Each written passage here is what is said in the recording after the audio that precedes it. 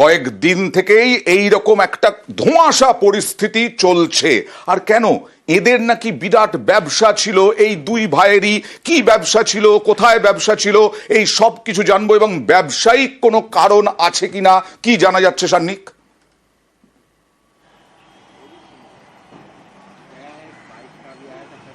এখনো পর্যন্ত কিন্তু পুলিশের র্যাডারে আর্থিক লোকসানের পার্টটাকে পুরোপুরিভাবে সরিয়ে দেওয়া হচ্ছে না। তাই আর্থিক লোকসান যদি আসে তাহলে তাদের পেশাগত দিকটা অবশ্যই নজরে রাখতে হচ্ছে পুলিশ আধিকারিকদের। এবং যেটা তারা জানতে পেরেছেন তদন্তে নেমে, এই দুই ভাই 2013 সাল থেকে একটি কোম্পানির যুগ্মভাবে তারা দুজনেই ডিরেক্টর ছিলেন এবং সেই কোম্পানি মূলত প্রোটেক্টিভ গ্লাভস তারা ম্যানুফ্যাকচার করতো। আচ্ছা, সেই কোম্পানির রেজিস্টার্ড অ্যাড্রেস ট্যাংরাতে, তাদের বাড়ির পাশেই তাদের কোম্পানির রেজিস্টার্ড অ্যাড্রেস ছিল। এবং এমনকি যে গাড়িটা, অর্থাৎ তোমাকে একটু ছবিটাও দেখিয়ে নিই, যে গাড়িটা নিয়ে তারা এই দুর্ঘটনা ঘটিয়েছেন সেই গাড়িও কিন্তু তাদের সেই কোম্পানির নামেই রেজিস্টার্ড ছিল। আচ্ছা, এই কোম্পানি মূলত 2013 সাল থেকে চললেও সম্প্রতি কোনো আর্থিক ক্ষয়ক্ষতি ফেস করেছিল কিনা সেই বিষয়টা অবশ্যই তদন্তকারীদের ভাবাচ্ছে। কেননা বেশিরভাগ ক্ষেত্রে এই ধরনের ক্ষেত্রে আর্থিক লোকসান একটা গোটা পরিবারকে এইরকম দিকে ঠেলে দিতে পারে, সেই সম্ভাবনাটা অন্তত তদন্তকারী আধিকারিকরা এই মুহূর্তে কিন্তু উড়িয়ে দিচ্ছেন না। তাই এক্ষেত্রে এই ব্যবসাটা কোথায় ছিল? বাইরে ছিল না ঘরের কাছে এই কোনো একটা জায়গায় অফিস ছিল? কি জানা যাচ্ছে কিসের ব্যবসা ছিল?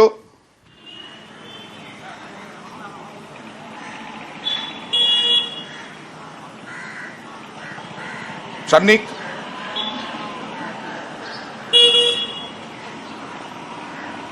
অনিন্দা, যেটা এখনো পর্যন্ত জানা যাচ্ছে এই কোম্পানির যে রেজিস্টার্ড অ্যাড্রেস সেটা ছিল 21 নম্বর শির লেন, যেটা মূলত তাদের যে বাড়ি সেই বাড়ির একেবারেই পাশে।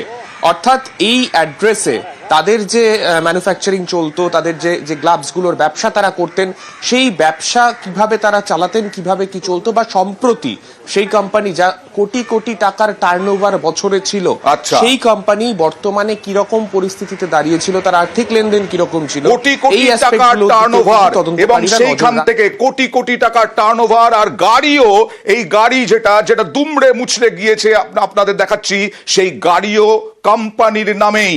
এই প্রসূন দে, প্রণয় দে, তারাই এই ব্যবসা চালাতেন। এই যে গাড়ি দেখছেন, দুমড়ে মুচড়ে যাওয়া গাড়ি, দুর্ঘটনার কবলে আত্মঘাতী দুই মহিলা, দুর্ঘটনার কবলে এই দুই ভাই এবং তাদের ছেলে।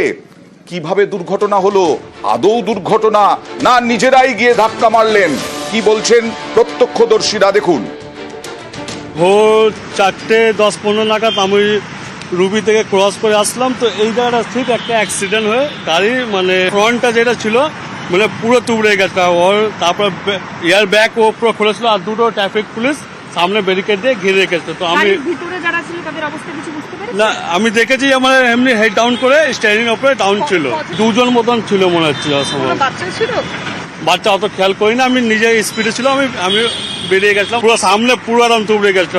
এই ঠিক এই জায়গাটা পুরো একদম গাড়িটা এরকম ব্যাকা হবে ছিল। আর এই সেই পিলার দেখছেন, এখানেই এই গাড়িটা এসে সজোরে ধাক্কা মেরেছিল, তারপরে গাড়ি দুমড়ে মুচড়ে যায়। কি অবস্থা, কি বলা হচ্ছে ওখানে? সিসি ক্যামেরা ফুটেজ কিছু আছে কিনা সুস্মিতা, যে এইটা ইন্টেনশনালি কিনা নাকি দুর্ঘটনা হয়েছিল? কি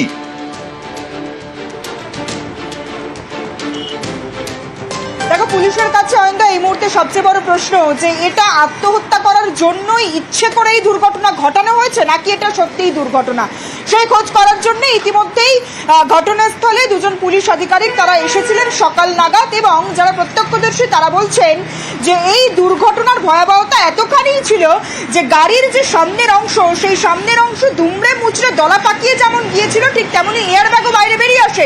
দুর্ঘটনার ভয়াবহতার ছবি এখনো পর্যন্ত ঘটনাস্থলে স্পষ্ট রয়েছে।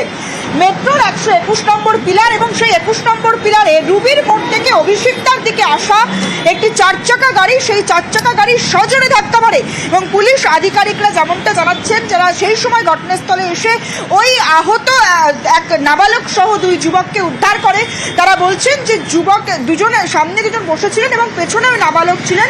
নাবালক যেমন কিছুটা আহত হয়, সামনের দুজন তখন অচৈতন্য অবস্থায় ছিলেন এবং এই পিলারে এসে সজোরে ধাক্কা যেমন মেরেছিল, পুলিশরা যেমন প্রাথমিক অবস্থায় মনে করছেন গাড়ি বেপরোয়া গতিতে চলছিল, ঠিক তেমনই গাড়ির স্পিড যে একবারে মাত্রা ছাড়া ছিল, সেটা দুর্ঘটনাস্থলে এখনো পর্যন্ত গাড়ির যে ভাঙা টুকরাংশ, ভাঙা যন্ত্রাংশ পড়ে রয়েছে সেগুলোর ছবিও কিন্তু একেবারে স্পষ্ট। এবং পুলিশ আধিকারিকেরা এই মুহূর্তে মূলত জিজ্ঞাসাবাদ চালিয়ে এবং গোটা গাড়ির এখনো ভাঙা টুকরো পড়ে আছে ঘটনাস্থলে, এবং এই গাড়ির সামনেটা দুমড়ে মুচড়ে গেছে। আহত দুজন, তারা একজন বেশি আহত, আরেক ভাই তিনি বয়ান দিয়ে দিয়েছেন। যখন অ্যাক্সিডেন্টটা বা দুর্ঘটনাটা বা ইচ্ছাকৃত কিনা সেটা পরবর্তীকালে তদন্ত হবে।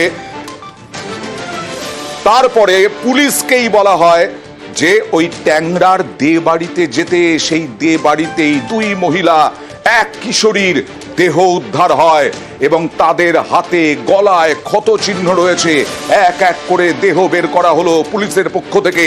এই দে বাড়ি বিশাল বাড়ি, এর সিসি ক্যামেরা ফুটেজেও দেখা যাচ্ছে যে তার গতকাল 12:51 সেই বিলাসবহুল গাড়ি নিয়ে দুজনেই বেরিয়ে যান, দুই ভাই এবং তাদের ছেলেকে নিয়ে।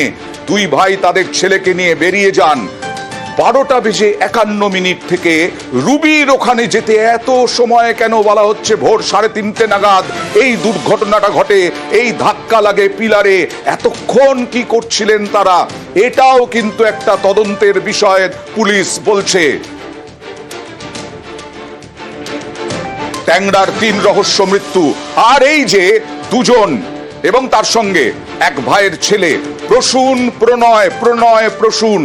প্রসূন দে আহত ছোট ভাই, প্রণয় দে আহত বড় ভাই, তাদের ছেলে প্রতীক দে আহত।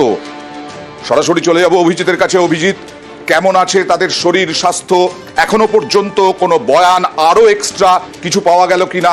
বিশেষ করে প্রতীক তো একেবারে নাবালক, তার তো আতঙ্কে থাকারই কথা। সেই ট্রমা থেকে বেরোতে পেরেছে কিনা এখনো পর্যন্ত? এখনো পর্যন্ত যে 14 বছর বয়সী যে নাবালক শিশু সন্তান, সে ট্রমা থেকে বেরোতে পারেনি। এবং সব থেকে বড় কথা, বাড়িতে এই 14 বছর বয়সী শিশু সন্তানের কাকিমা এবং তার যে কাকিমার যে কাকার যে মেয়ে, অর্থাৎ তিনজনেরই শরীরে ক্ষতচিহ্ন ছিল। এবং এই 14 বছর বয়সী নাবালক সন্তান, তারও ডান হাতে ছুরি দিয়ে কাটার চিহ্ন আছে, এমনটাই চিকিৎসক সূত্রে জানা গেছে। এবং একই সঙ্গে যে প্রণয় দে, তার বাবা, এই 14 বছর বয়সী শিশু সন্তানের বাবা প্রণয় দে এবং তার কাকা প্রসূন দে, তাদের শারীরিক অবস্থা এই মুহূর্তে স্থিতিশীল হলেও তাদের শরীরে বিভিন্ন জায়গাতে আঘাত রয়েছে। এবং আজকে ভোর 4:25 নাগাদ তাদের বাইপাসের ধারের এই বেসরকারি হাসপাতালে নিয়ে আসা হয়।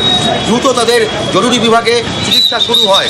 এবং এখনও পর্যন্ত যা জানা গেছে যে বয়ান দেওয়ার সময়ই, অর্থাৎ স্টেটমেন্ট দেওয়ার সময়ই প্রণয় দে প্রথম বলেন পুলিশকে যে তাদের বাড়িতে, ট্যাংরার বাড়িতে, তার স্ত্রী এবং তার ভাইয়ের বউ এবং ভাইয়ের বউয়ের মেয়ে, তিনজনের দেহ পড়ে আছে।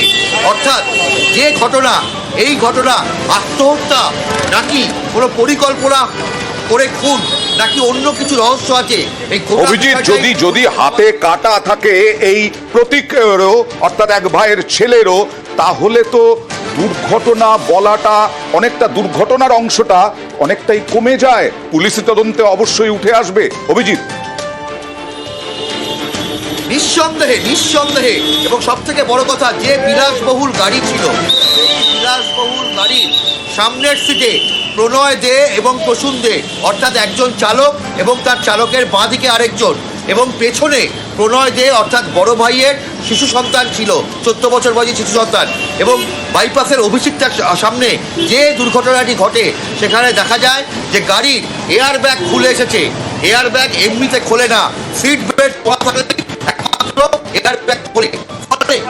এই দুর্ঘটনা ঘটিয়ে থাকে আত্মহত্যা করার জন্য।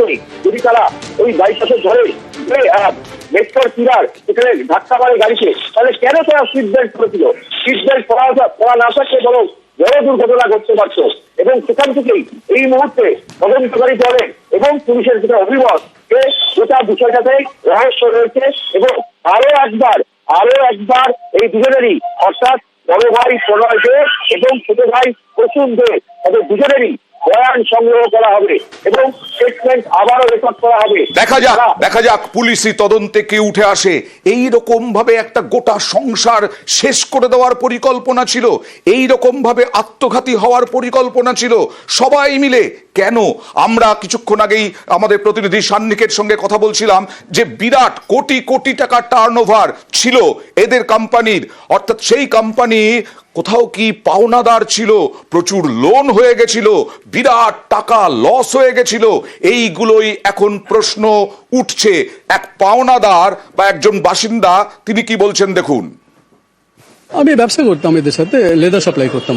আমি 2020 থেকে 23 অব্দি করেছিলাম, 23-এর পরে আর ব্যবসা করিনি।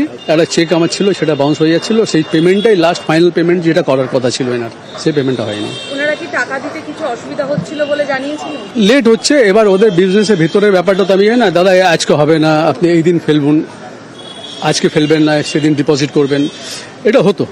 কিন্তু এর মধ্যে কিন্তু প্রায় ওরা মোর দেন 70% পেমেন্ট করে দিয়েছে। বহুবার হয়েছে, তারপরে আবার পাস হয়ে গেছে।